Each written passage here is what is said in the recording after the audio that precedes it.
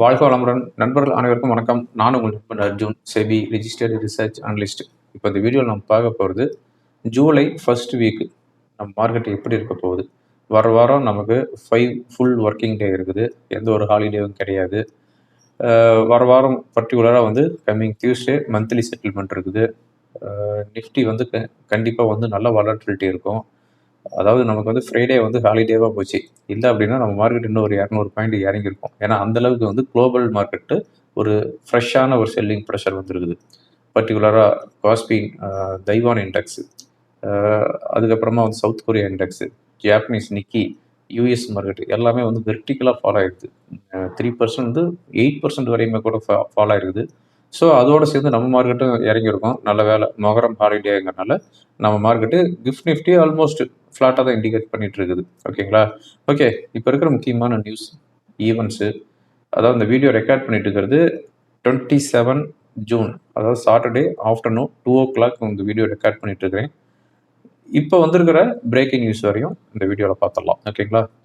வாரத்தோட நிஃப்டியோடைய ரேஞ்சு, அதாவது last weekly analysis ரிப்போர்ட்டில் சொல்லியிருந்தேன் 23,800 24,200 இந்த ரேஞ்சுக்குள்ளே தான் லாஸ்ட் 4 டேஸாகவே வந்து ட்ராவல் ஆகிட்டு இருந்துச்சு.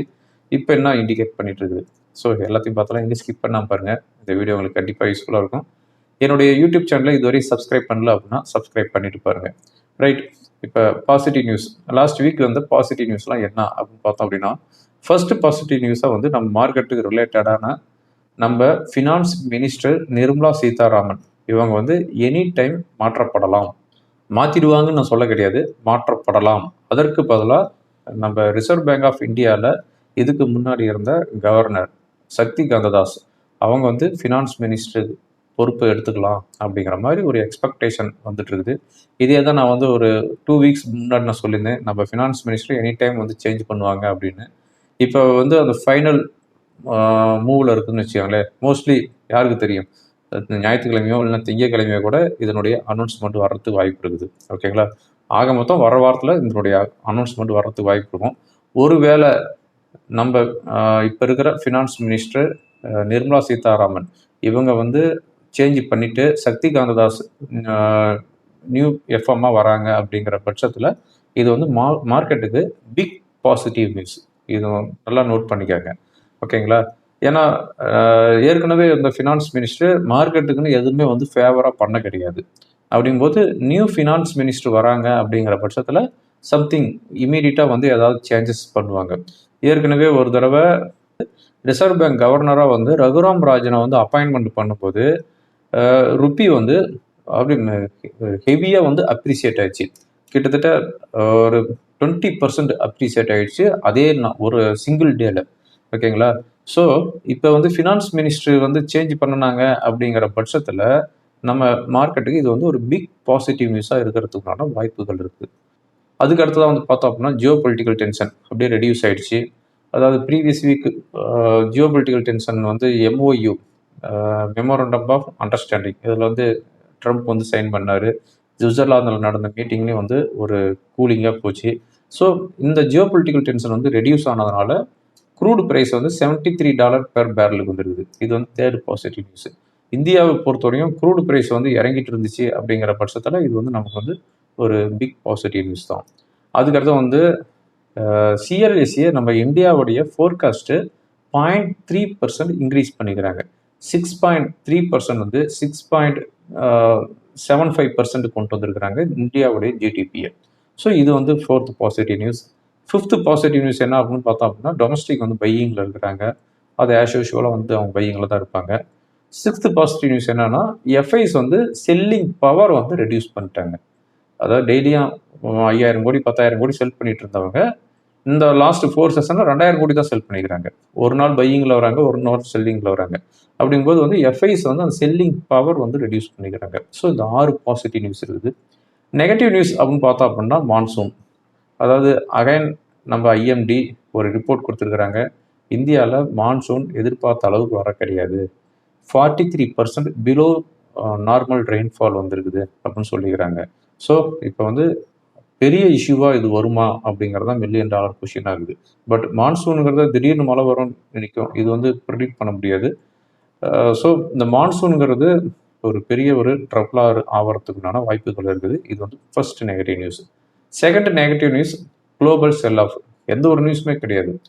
ஜியோ பொலிட்டிக்கல் டென்ஷனும் கிடையாது, வேற எந்த நியூஸுமே கிடையாது. ஆனால் குளோபல் மார்க்கெட்டு ஒரு செல்லிங் ப்ரெஷர். எதனால் செல்லிங் ப்ரெஷர் அப்படின்னு பார்த்தோம் அப்படின்னா ப்ராஃபிட் புக்கிங். அதாவது சவுத் கொரியா மார்க்கெட்டு 110% ஏறிட்டு இப்போ ரீசெண்டாக வந்து 20-25% இறங்கியிருக்குது. லாஸ்ட் ஃப்ரைடே கூட கிட்டத்தட்ட 8% டவுன் ஆகிருக்குது. மார்க்கெட் வந்து ஹால்ட் பண்ணிட்டு மறுபடியும் வந்து ரீஓப்பன் பண்ணாங்க. ஜாப்பனீஸ் நிக்கி ஆல்மோஸ்ட் 3% டவுன் ஆயிருக்குது லாஸ்ட் ஃப்ரைடே. ஸோ ஜாப்பனீஸ் நிக்கியும் 100% இன்க்ரீஸ் ஆயிருக்குது லாஸ்ட் 1 இயரில். ஸோ அது இப்போ ரீசெண்ட் ஹைலேருந்து இறங்கிட்டு இருக்குது. அதனால வந்து குளோபல் செல் ஆஃப் வந்துருக்குது. ஓகேங்களா, இது வந்து second negative news. Third negative news என்ன அப்படின்னு பார்த்தோம் அப்படின்னா, நம்ம இந்தியா யூஎஸ் ட்ரேட் டீல் வந்து இப்போ லாஸ்ட் வீக் டெல்லியில் நடந்துச்சு. பட் இந்த டெல்லியில் நடந்தது வந்து அவுட்கம் எதுவும் இல்லை. அதாவது 99% கம்ப்ளீட் ஆயிடுச்சு, 1% தான் பெண்டிங்னாங்க. இன்னைக்கு வந்திருக்கிற ஸ்டேட்மெண்ட் பார்க்கும்போது இன்னும் இன்ச் பை இன்னும் என்ன சொல்றதுன்னா இன்னும் ஒரு இன்ச்சு தான் இருக்குது, இந்த இன்ச்சு நாங்கள் ரீச் பண்ணிட்டோம் அப்படின்னா ஃபைனல் ஆகிடும் அப்படின்ட்டு இன்னைக்கு ஒரு ஸ்டேட்மெண்ட் கொடுத்துருக்குறாங்க. ஸோ இந்த யூஎஸ் இந்தியா ட்ரேட் டீல் வந்து டிலே ஆகிட்டு இருக்குது. ஃபோர்த் நெகட்டிவ் நியூஸ் என்ன அப்படின்னா, ஃப்ரைடே யூஎஸ் மார்க்கெட் முடிஞ்சதுக்கு அப்புறமா வாஷிங்டன்லேருந்து, அதாவது பென்டகன்லேருந்து ஒரு மெசேஜ் கொடுத்துருக்குறாங்க. ஈரானுடைய ஷிப்பு வந்து அட்டாக் பண்ணிக்கிறாங்க யூஎஸ், அது வந்து ஹார்முஸ் ஜோனில். ஓகேங்களா, இது வந்து ஈரானும் வந்து கண்டெம்ட் பண்ணிக்கிறாங்க. இப்போ வந்து எம்ஓயூவில் சைன் பண்ணதுக்கப்புறம் ஃபர்ஸ்ட் அட்டாக் யூஎஸ் ஈரானுடைய ஷிப்பை அட்டாக் பண்ணிக்கிறாங்க, அதுவும் வந்து ஹார்முஸ் ஜோனில். இது வந்து fourth negative news. Fifth negative news என்ன அப்படின்னு பார்த்தோம் அப்படின்னா, ருப்பி.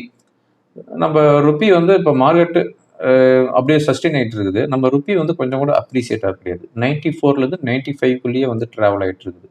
ஸோ ருப்பி வந்து அப்ரிசியேட் ஆகணும். ஒருவேளை ஃபினான்ஸ் மினிஸ்டர் சேஞ்ச் பண்ணிட்டாங்க அப்படிங்கிற பட்சத்தில் ருப்பி அப்ரிசியேட் ஆகும், மார்க்கெட்டும் வந்து இன்க்ரீஸ் ஆகிறதுக்குண்டான வாய்ப்புகள் இருக்குது.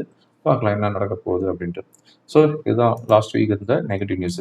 லாஸ்ட் வீக்கை பொறுத்தவரையும் சென்செக்ஸ் 297 பாயிண்ட்ஸ் ஆட் ஆகிருக்குது, அதாவது ஹையில் க்ளோஸ் ஆகிருது 0.38%, 77,100 செட்டில் ஆகிருக்குது. நிஃப்டி 42 பாயிண்ட்ஸ் ஹையில் க்ளோஸ் ஆகிருக்குது, 24,056 செட்டில் ஆகிருக்குது. ஸ்மால் கேப் ஃப்ளாட்டாக க்ளோஸ் ஆகிருக்குது, மிட் கேப் 1% டவுனில் க்ளோஸ் ஆகிருக்குது, ஃபார்மா 2% ஹையில் போயிருக்குது, reality index 1.5%, private bank, auto 1.5% each ஹையில் வந்து க்ளோஸ் ஆகிருக்குது. லாஸ்ட் வீக் அண்டர் பெர்ஃபார்மில் இருந்தது என்ன அப்படின்னு பார்த்தோம் அப்படின்னா, மெட்டல்ஸ் கிட்டத்தட்ட 4.5% டவுன் ஆகிருக்குது. அதுக்கடுத்து வந்து கன்சியூமர் டியூரபிள்ஸ் 2.5% டவுனில் க்ளோஸ் ஆகிருக்குது, எனர்ஜி 2%.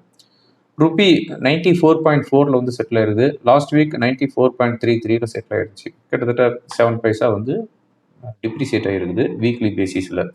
ஃபாரின் இன்ஸ்டிடியூஷனல் இன்வெஸ்டர்ஸ் என்ன பண்ணிக்கிறாங்கன்னா, லாஸ்ட் வீக் 2000 crore வந்து செல் பண்ணிக்கிறாங்க. டொமஸ்டிக் இன்ஸ்டிடியூஷனல் இன்வெஸ்டர்ஸ் 11,000 crore வந்து லாஸ்ட் வீக் பை பண்ணியிருக்கிறாங்க. லாஸ்ட் வீக்கை பொறுத்தவரையும் 4 செஷனில் மார்க்கெட் கேபிட்டலைசேஷன் 2 லட்சம் கோடி டவுன் ஆயிருக்குது. ஓகேங்களா, ஓகே, இதுதான் last வீக்குடைய report, positive news and negative news. வர வாரத்தில் இருக்கிற முக்கியமான நியூஸ் என்ன அப்படின்னு பார்த்தோம் அப்படின்னா, கம்மிங் மண்டே இந்தியாவுடைய ஐஐபி டேட்டா வருது ஈவினிங் 4 o'clock. டியூஸ்டே இந்தியாவுடைய அதாவது மார்க்கெட் செட்டில்மெண்ட் டே, F&O செட்டில்மெண்ட் டே. அன்னைக்கு evening 7:30 PM யூஎஸ்ஏலேருந்து job openings data வருது. வெனஸ்டே இந்தியாவுடைய ஜிஎஸ்டி எவ்வளோ கலெக்ட் ஆகிருக்குன்னு வரப்போகுது, அதாவது ஜூலை 1 அன்னைக்கு ஆட்டோ சேல்ஸ் டேட்டா வரப்போகுது. அன்னைக்கு யூரோப் ஜோனுடைய இன்ஃப்ளேஷன் இருக்குது. அன்னைக்கு ஈவினிங் யூஎஸ்லேருந்து ஃபெட் சேர்பர்சன் வார்ஷ் உடைய ஸ்பீச் இருக்குது. அன்னைக்கு ஐஎஸ்எம் மேனுஃபேக்சரிங் பிஎம்ஐ டேட்டா வருது. தேர்ஸ்டே பொறுத்தவரையும் யூஎஸ்ஏலேருந்து நான் ஃபார்ம் பேர் ரோல்ஸ் டேட்டா வருது, அன்எம்ப்ளாய்மெண்ட் டேட்டா வருது. ஓகேங்களா, இதுதான் இப்போ வர வாரத்தில் இருக்கிற முக்கியமான ஈவெண்ட்ஸு. ஓகே, எஃப்ஐஸ் இண்டெக்ஸ் ஃபியூச்சரில் என்ன பொசிஷன் வச்சிருக்காங்க அப்படின்னு பார்த்தோம் அப்படின்னா, 85% ஷார்ட்டில் இருக்கிறாங்க. ப்ரீவியஸ் வீக் 88% ஷார்ட்டில் இருந்தாங்க. இப்போ வந்து 85% லாஸ்ட் தேர்ஸ்டே க்ளோசிங் பேசிஸ் வச்சிருக்கிறாங்க. மற்றபடி பார்த்தோம் அப்படின்னா, கிளைண்ட் 74% லாங்கில் இருக்கிறாங்க, டொமஸ்டிக் 86% லாங்கில் இருக்கிறாங்க, ப்ரொப்ரேட்டர் 51% லாங்கில் இருக்கிறாங்க. ஓகேங்களா, இதுதான் எஃப்ஐஸோடைய ஆக்டிவிட்டி இண்டெக்ஸ் ஃபியூச்சரில். ஓகே, இப்போ வர வாரத்தில் மார்க்கெட் என்ன ஆகும் அப்படின்னு பார்த்தோம் அப்படின்னா, அகைன் அதே பாக்ஸ் தான், 24,200, 23,800, இந்த 400 பாயிண்ட் தான் பாக்ஸு. அதாவது லாஸ்ட் வீக் இந்த 4 செஷன் ஒரு நாள் வந்து, அதாவது என்னைக்குன்னா வெனஸ்டே நினைக்கிறேன், 24,250 போச்சு. போயிட்டு அன்னைக்கு மறுபடியும் வந்து 24,200 கீழே க்ளோஸ் ஆயிடுச்சு. ஸோ 24,200 தான் அகைன் ரெசிஸ்டன்ஸ். 24,200க்கு மேலே க்ளோஸ் ஆகணும். க்ளோஸ் ஆச்சு அப்படின்னா தென் வில் மூவ் டு 24,500 வரையும் போகிறதுக்கான வாய்ப்புகள் இருக்குது. சப்போர்ட் 23,800 தான். ஸோ இந்த லோவர் லெவலில் ரொம்பவும் காஷியஸாக இருங்க. அந்த இடத்துல போயிட்டு ஃப்ரெஷ்ஷாக வந்து ஷார்ட் கிரியேட் பண்ணிட்டு இருக்காதீங்க. அதாவது லாஸ்ட் வீக்லி அனலைசிஸ் ரிப்போர்ட்லேயே சொல்லியிருந்தேன் 23,800 ஸ்ட்ராங் சப்போர்ட்னு. Last Wednesday I think Wednesday or Thursday வந்த லோ வந்து 23,800 தான். ஸோ 23,800லேருந்து கிட்டத்தட்ட 250 பாயிண்ட் வந்து பவுன்ஸ் ஆகிருக்குது. ஸோ இந்த லெவல் வரும்போது ஷார்ட் வந்து கிரியேட் பண்ணாதீங்க சப்போர்ட் ஜோனில். அதே மாதிரி ஹையர் ஜோனில் வந்து 24,200க்கு மேலே நிஃப்டி க்ளோஸ் ஆகுதா அப்படிங்கிறது வாட்ச் பண்ணுங்க. ஓகேங்களா? இந்த பாக்ஸை உடச்சிட்டு க்ளோஸ் ஆனாலோ இல்லை கீழே க்ளோஸ் ஆனாலோ தான் ஃபர்தர் மூவ்மெண்ட் வர்றதுக்கு வாய்ப்பு இருக்குது. நமக்கு வந்து டியூஸ்டே வந்து மந்த்லி செட்டில்மெண்ட் அப்படிங்கும்போது கண்டிப்பாக வலாட்டிலிட்டி இருக்கும். ஓகேங்களா? ரொம்பவும் ஹைலி வலாட்டையிலே இருக்கும். ஏன்னா இந்த மாதம் வந்து மார்க்கெட் வந்து அப்நார்மலாக இன்க்ரீஸ் ஆகிருக்குது. ஸோ இதுதான் ரேஞ்சு. இந்த ரேஞ்சுக்குள்ளே பண்ணுங்கள். ஃபர்தர் அப்டேட்ஸ் இருந்துச்சு அப்படின்னா என்னோடய டெலகிராம் சேனலில் நான் வந்து போஸ்ட் பண்ணுறேன். என்னுடைய டெலகிராம் சேனல் ஐடி இந்த டிஸ்கிரிப்ஷனில் இருக்குது. அதில் பார்த்து ஜாயின் பண்ணிக்காங்க. ஓகேங்களா? ஓகே ஃப்ரெண்ட்ஸ், இப்போ டெக்னிக்கலாக என்ன இண்டிகேட் பண்ணுது அதையும் பார்த்துடலாம். இப்போ நம்ம பார்த்துட்டு இருக்கிறது நிஃப்டியோடைய டே கேண்டில் பார்த்துட்டு இருக்கிறோம். நிஃப்டியோடைய ரேஞ்ச் இதுதான் 24,200 23,800. ஓகேங்களா? இந்த ரேஞ்சுக்குள்ளே தான் இருக்குது. லாஸ்ட்டு ஃப்ரைடே தான் 24,260 வந்துருக்குது. அங்கேருந்து இறங்கி இருக்குது. லாஸ்ட் வெனஸ்டே 23,789 அங்கே வந்துட்டு பவுன்ஸ் ஆகிருக்குது. ஸோ ஹையிலேருந்து 200 பாயிண்ட் டவுன் ஆகிருக்குது, லோலேருந்து டவுன் 200 பாயிண்ட் அப் ஆகிருக்குதுன்னு வச்சுக்கோங்களேன். எனிவே 24,200க்கு மேலே க்ளோஸ் ஆகிற பட்சத்தில் தென் வில் மூவ் டு 24,500.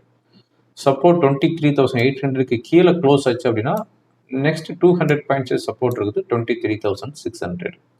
ஓகேங்களா? இது வந்து வாட்ச் பண்ணிக்காங்க வர வாரத்தில். பேங்க் நிஃப்டி பொறுத்தவரையும் இப்போ வர வாரத்தில் பொறுத்தவரையும் ரெசிஸ்டன்ஸ் அப்படின்னு பார்த்தோம் அப்படின்னா, அதாவது லாஸ்ட் வெனஸ்டே கிட்டத்தட்ட 1000 பாயிண்ட்ஸ் இன்க்ரீஸ் ஆகிருக்குது. அது லாஸ்ட் ஃப்ரைடே ஆல்மோஸ்ட் ஃப்ளாட்டாக க்ளோஸ் ஆகிருக்குது.